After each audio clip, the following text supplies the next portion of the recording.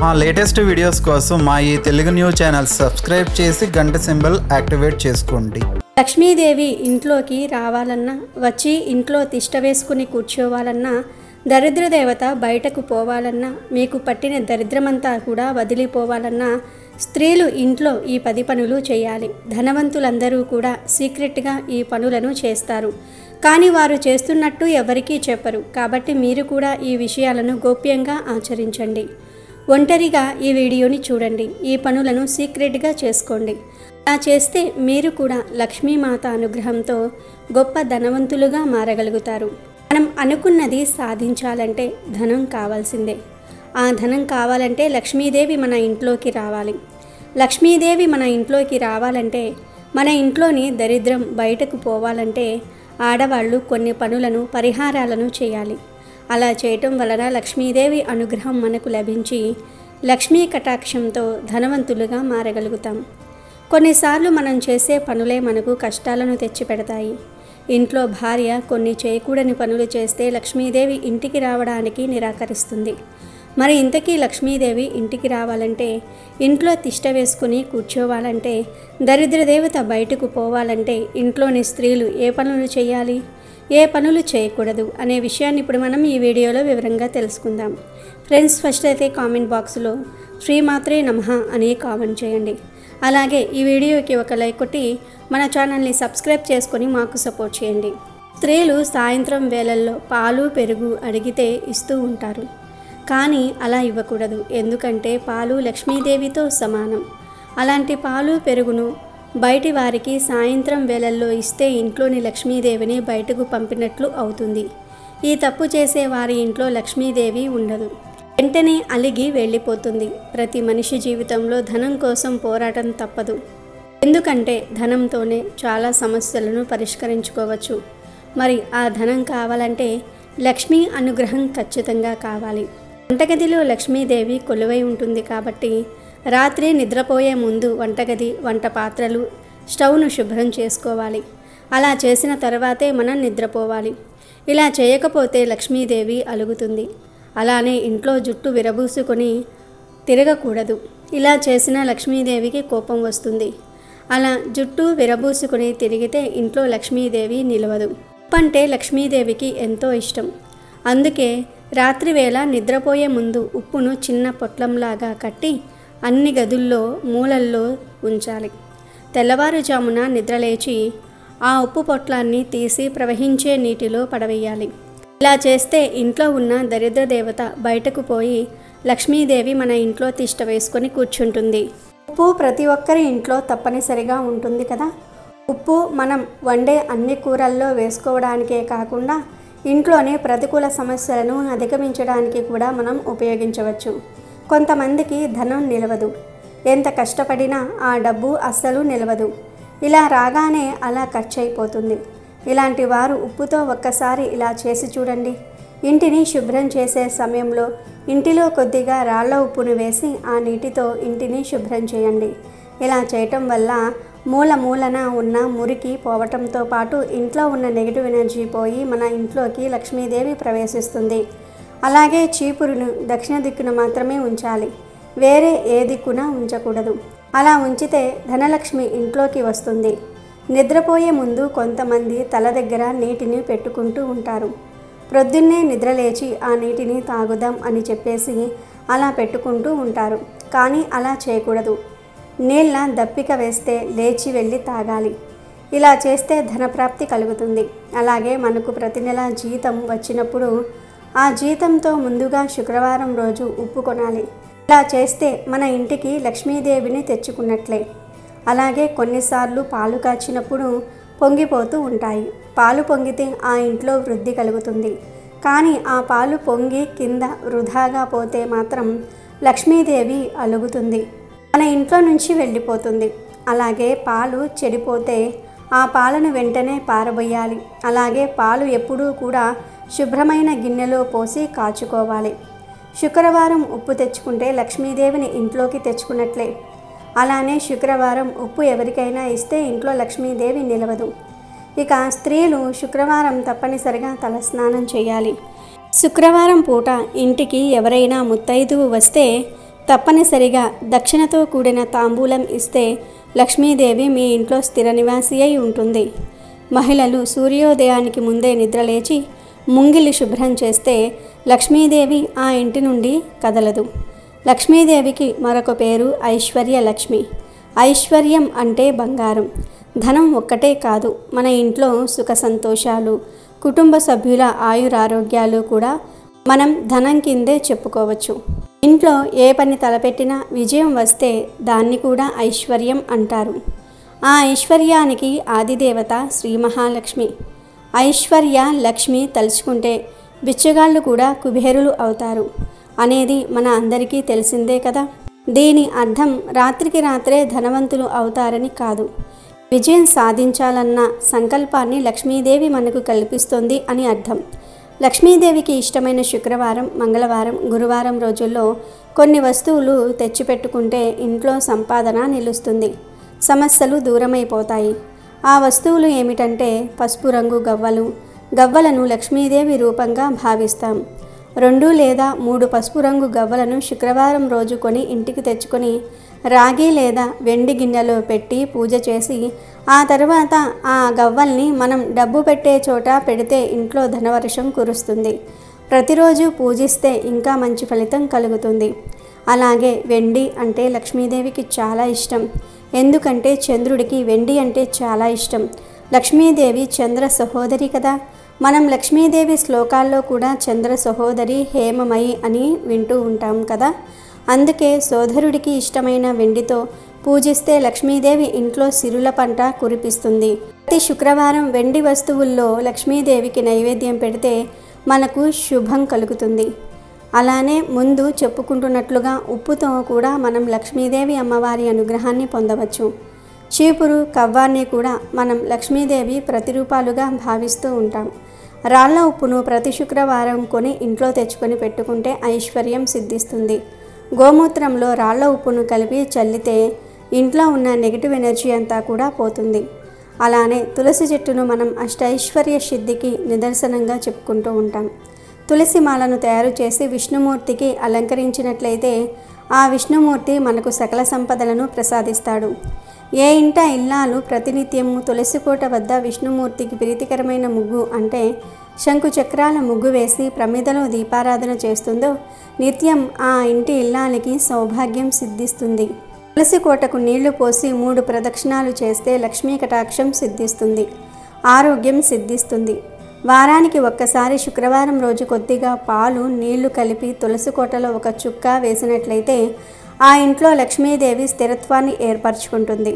మనం తులసి వనాన్ని కూడా ఇంట్లో పెంచుకోవచ్చు. ఖాళీ స్థలం ఉంటే తులసి వనం పెంచుకోవచ్చు. లేదా ఒక కుండీల్లో 4 లేదా 5 తులసి చెట్టులు మనం పెంచుకోవాలి. ఒక తులసి మొక్క పూజ చేయడానికి మరొక తులసి మొక్కలో నుంచి మనం తులసి దళాలను తీసుకొని పూజించడానికి ఉపయోగించుకోవాలి. ఎందుకంటే తులసి పూజకు ఉపయోగించే దళాలు మనం పూజలందుకునే తులసి మొక్క నుండి తుంచకూడదు. స్వామివారి సేవకు తులసి దళం సమర్పించాలి. అంటే పూజలు చెయ్యని చెట్టు నుండి దళాలు తుంచి ఉపయోగించవచ్చు. ఇది తులసి చెట్టుకు ఉన్న ప్రాధాన్యత. తులసి చెట్టు ఎప్పుడూ కూడా పడమర దిక్కు కానీ, ఆగ్నేయంలో కానీ, నైరుతిలో కానీ ఉండవచ్చు. ఉత్తరం వైపు సింహద్వారానికి ఎదురుగా ఉండకూడదు. దక్షిణ సింహద్వారానికి ఎదురుగా ఉండవచ్చు. ప్రతివారు ఇంట్లో దీపారాధన తప్పనిసరిగా చేయాలండి. దీపారాధన సాయంత్రం వేళ కూడా మనం తప్పనిసరిగా చేయాలి. అలా కుదరని పక్షంలో 6 లైట్లు వేయాలి. దారిద్ర్యం పోవడానికి ప్రతిరోజు ఇంట్లో సాయంత్రం 7 గంటలకు చాటతో నేల మీద కొడుతూ వెళ్ళాలి. ఈ విధంగా చేస్తే దారిద్ర్యం పోయి లక్ష్మీదేవి ఇంట్లోకి ప్రవేశిస్తుంది. అలానే లక్ష్మీ కటాక్షం కావాలంటే గోసేవ కూడా మనం తప్పనిసరిగా చేయాలి. గోవు ఇంటి దగ్గరకు వస్తే అరటిపండు కానీ, పచ్చిగడ్డి కానీ, తౌడు కానీ, బియ్యం కానీ ఏదో ఒకటి పెట్టాలి. ఇలా చేస్తే ఇంటి ఇల్లాలకి ఐశ్వర్యం సిద్ధిస్తుంది. శుక్రవారం రోజు గోవుకు పసుపు రాసి కుంకుమ బొట్టు పెట్టాలి. ఇలా చేస్తే లక్ష్మీదేవి ఇంట్లోకి ప్రవేశిస్తుంది. ఇంటి ముందుకు వచ్చిన బీదవారికి దానం చేస్తే లక్ష్మీదేవి మనల్ని అనుగ్రహిస్తుంది. ఈ విధంగా కానీ మనం చేస్తే మన ఇంట్లో ఉన్న దరిద్రం పోయి లక్ష్మీదేవి ఇంట్లోకి ప్రవేశిస్తుంది. వాస్తుశాస్త్రం ప్రకారం మనం ఈ కొన్ని టిప్స్ ఇలా ఫాలో అవుతూ ఉంటే లక్ష్మీదేవి కటాక్షం మనకు తప్పకుండా సిద్ధిస్తుంది. మీరు ధనవంతులుగా మారిపోతారు. ప్రతి ఒక్కరికి కూడా లక్ష్మీ కటాక్షం కలగాలని మనస్ఫూర్తిగా కోరుకుంటున్నాము. మీకు కానీ ఈ వీడియో నచ్చితే లైక్ చేయండి, షేర్ చేయండి, కామెంట్ చేయండి. అండ్ మన ఛానల్ చూడడం ఫస్ట్ టైం అయితే తప్పకుండా సబ్స్క్రైబ్ చేసుకొని పక్కనే ఉన్న బెల్ ఐకాన్ని ప్రెస్ చేయండి. లక్ష్మీదేవి మీ ఇంట్లోకి వచ్చే ముందు ఈ 2 పక్షులను మీ ఇంటికి పంపుతుంది అని శాస్త్రం చెప్తుంది. ప్రతి మనిషి కూడా ధనవంతుడిగా మారాలని కోరుకుంటాడు. మరి ధనవంతులుగా మారాలంటే మన ఇంటికి లక్ష్మీదేవి రావాలి. లక్ష్మీదేవి అనుగ్రహం కలిగినప్పుడే మనం ధనవంతులుగా మారగలుగుతాం. లక్ష్మీదేవి అనుగ్రహం కలిగినప్పుడు అమ్మవారు మన ఇంటికి వస్తారు. అలా అమ్మవారు మన ఇంటికి వచ్చే ముందు ఖచ్చితంగా కొన్ని సూచనలు పంపిస్తారు. సాధారణ మానవులకు ఈ సూచనల గురించి అంతగా తెలియదు. కానీ ఋషులకు, పెద్ద పెద్ద సాధువులకు ఈ సూచనల గురించి తెలుసు. ముఖ్యంగా లక్ష్మీదేవి ఇంటికి వచ్చే ముందు కొన్ని రకాల పక్షులను మీ ఇంటికి పంపుతుందని శాస్త్రాలలో ఉంది. ఈ పక్షులు మీ ఇంటి దగ్గరకు వస్తే ఖచ్చితంగా త్వరలోనే మీ ఇంటికి లక్ష్మీదేవి వచ్చి మీరు ధనవంతులుగా మారుతారని సంకేతం. కాబట్టి ఈ పక్షులు మీ ఇంటికి వస్తే అతి తొందరలోనే మీరు ధనవంతులుగా మారబోతున్నారని అర్థం చేసుకోండి. మరి ఇంతకీ ఏ పక్షులు ఇంటి దగ్గరకు వస్తే లక్ష్మీదేవి త్వరలో మీ ఇంటికి వస్తుంది అనే విషయాన్ని ఇప్పుడు మనం ఈ వీడియోలో వివరంగా తెలుసుకుందాము. లక్ష్మీదేవి అంటే సాక్షాత్తు ధనానికి అధిపతి. ఎవరికి ఐశ్వర్యం సిద్ధించాలన్నా ఆమె అనుగ్రహంతోనే జరుగుతుందని నమ్మకం. అందుకే అందరూ వివిధ రూపాల్లో ఉన్న లక్ష్మీదేవి పటాలు, బొమ్మలను పూజిస్తూ ఉంటారు. లక్ష్మీదేవి సకల సంపదలకు ఆదిదేవత. ఆ తల్లి అనుగ్రహం ఉంటే చాలు అన్నీ లభిస్తాయంటారు మన పెద్దలు. లక్ష్మీదేవిని చంచల స్వభావి అని కూడా అంటారు. అమ్మవారి అష్టోత్తరంలో చంచలాయే నమః అనే నామం కూడా ఉంది.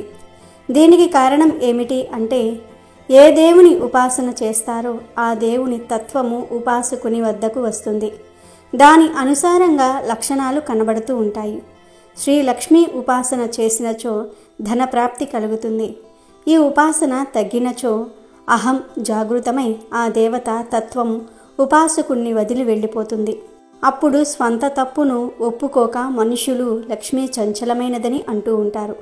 కానీ ఇక్కడ గుర్తుంచుకోవలసిన విషయం ఏమిటి అంటే నిజంగా లక్ష్మీదేవి చంచలమై ఉన్నట్లయితే తను శ్రీ విష్ణువు చరణాలను ఎప్పుడో వదిలేసి ఉండేది.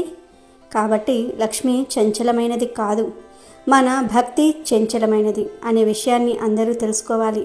ఎక్కడ అహం ఉంటుందో, ఎక్కడ శుభ్రత భక్తి ఉండదో అక్కడ అమ్మవారు నిలవదు. ధనవంతులుగా మారే ముందు లక్ష్మీదేవి మన ఇంటికి వచ్చే ముందు కొన్ని అదృష్ట పక్షులు మన ఇంటికి వస్తాయని పురాణాలలో ఉంది. మరి ఆ పక్షులలో మొదటి పక్షి కాకి. అవును, కాకిని చాలామంది అశుభంగా భావిస్తూ ఉంటారు, అపవిత్రమైన పక్షిగా భావిస్తూ ఉంటారు. కానీ అది అబద్ధం. కాకి చాలా శుభప్రదమైన పక్షి. లోకంలో కాకులు లేకపోతే చాలా ప్రమాదాలు జరుగుతాయి. లోకంలోని చెడంతా తినే పక్షులు కాకులు. ఒక రకంగా కాకులే పర్యావరణాన్ని శుభ్రంగా ఉంచుతాయని చెప్పుకోవచ్చు. ఇటువంటి కాకి అంటే లక్ష్మీదేవికి చాలా ఇష్టం. అందుకే కాకులను ఎప్పుడూ కొట్టకూడదు. కాకులను కొడితే లక్ష్మీదేవి అనుగ్రహం తగ్గిపోతుందని పురాణాలలో ఉంది. ముఖ్యంగా లక్ష్మీదేవి మీ ఇంట్లోకి వచ్చే ముందు, మిమ్మల్ని ధనవంతులుగా మార్చే ముందు కాకిని మీ ఇంటి దగ్గరకు పంపుతుంది. ఇది లక్ష్మీదేవి పంపించే ఒక సంకేతం. ఎందుకంటే లక్ష్మీదేవికి పక్షులంటే చాలా ఇష్టం. లక్ష్మీదేవి అంటే ప్రకృతి మాత.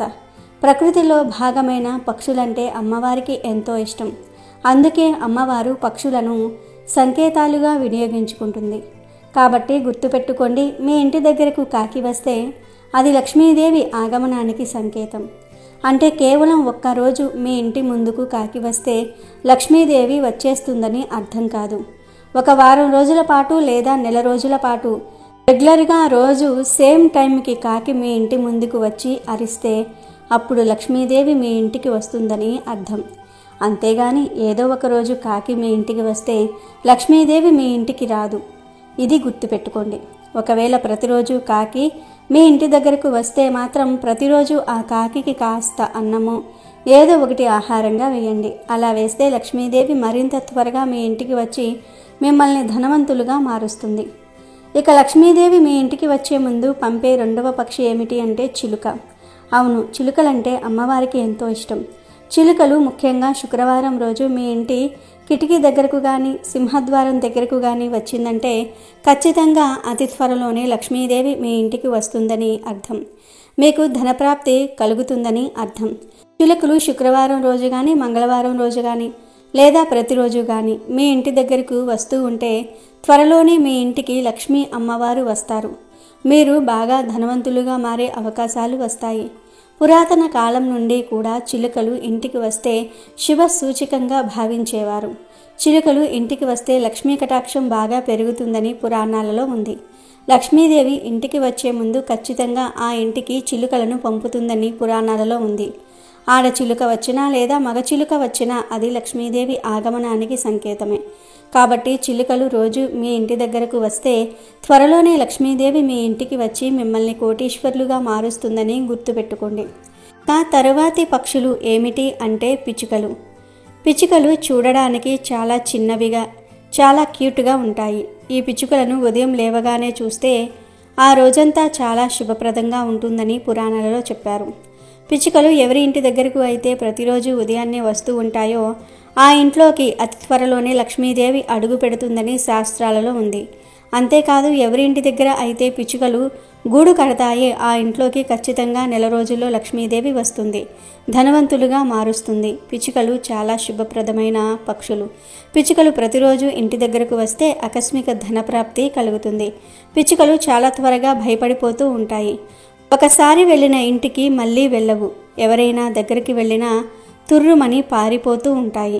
కానీ ఆ భయాలన్నీ వదిలేసి పిచ్చుకలు ప్రతిరోజు మీ ఇంటి దగ్గరకు వస్తున్నాయంటే మాత్రం అది లక్ష్మీదేవి ఆగమనానికి సంకేతం అని అర్థం చేసుకోండి.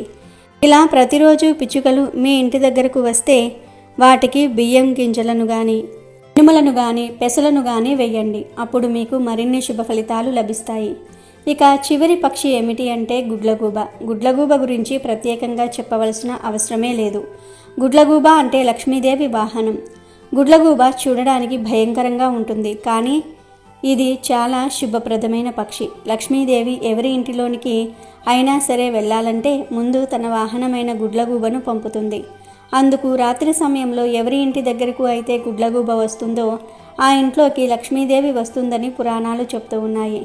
అంటే మీ ప్రతిరోజు రాత్రిపూట మీ ఇంటి ముందుకు లేదా మీ ఇంటి దగ్గరకు గుడ్లగూబ వస్తూ ఉంటే అతి త్వరలోనే లక్ష్మీదేవి మీ ఇంట్లోకి ప్రవేశిస్తుందని, అతి త్వరలోనే మీరు ధనవంతులుగా మారుతున్నారని అర్థం చేసుకోండి. కాకి, చిలుక, పిచ్చుక, గుడ్లగూబ మనం మొత్తం 4 పక్షుల గురించి చెప్పుకున్నాం. ఈ 4 పక్షులలో నుండి ఏ 2 పక్షులు మీ ఇంటి దగ్గరకు వచ్చినా ఖచ్చితంగా లక్ష్మీదేవి మీ ఇంటికి వస్తుంది. ఆ తర్వాత ఇక మీరు ధనవంతులుగా మారిపోతారు. ఇది మేము కల్పించి చెప్తున్నది కాదు, మన శాస్త్రాలలో మహర్షులు చెప్పిన విషయం. కాబట్టి ఈ పక్షులు మీ ఇంటి దగ్గరకు వస్తాయేమో గమనిస్తూ ఉండండి. ఒకవేళ ఈ పక్షులు మీ ఇంటి దగ్గరకు వస్తే మీ ఇంటిని లక్ష్మీదేవి ఆగమనానికి సిద్ధం చేసుకోండి.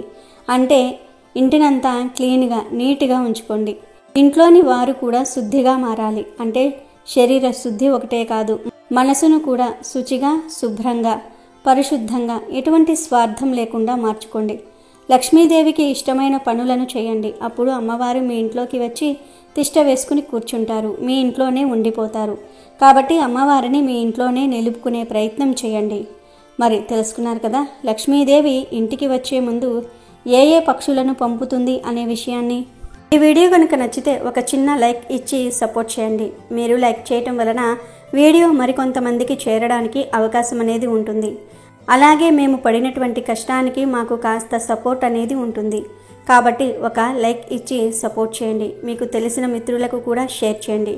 మొట్టమొదటిసారిగా మన ఛానల్ను చూస్తున్నట్లయితే సబ్స్క్రైబ్ చేసుకొని పక్కనే ఉన్నటువంటి ఐకాన్ని క్లిక్ చేస్తే నేను ప్రతిరోజు పెట్టే వీడియో వస్తుంది. వీడియో నచ్చితే లైక్ చేయండి, షేర్ చేయండి, బట్ సబ్స్క్రైబ్ చేసుకోవడం మర్చిపోవద్దు.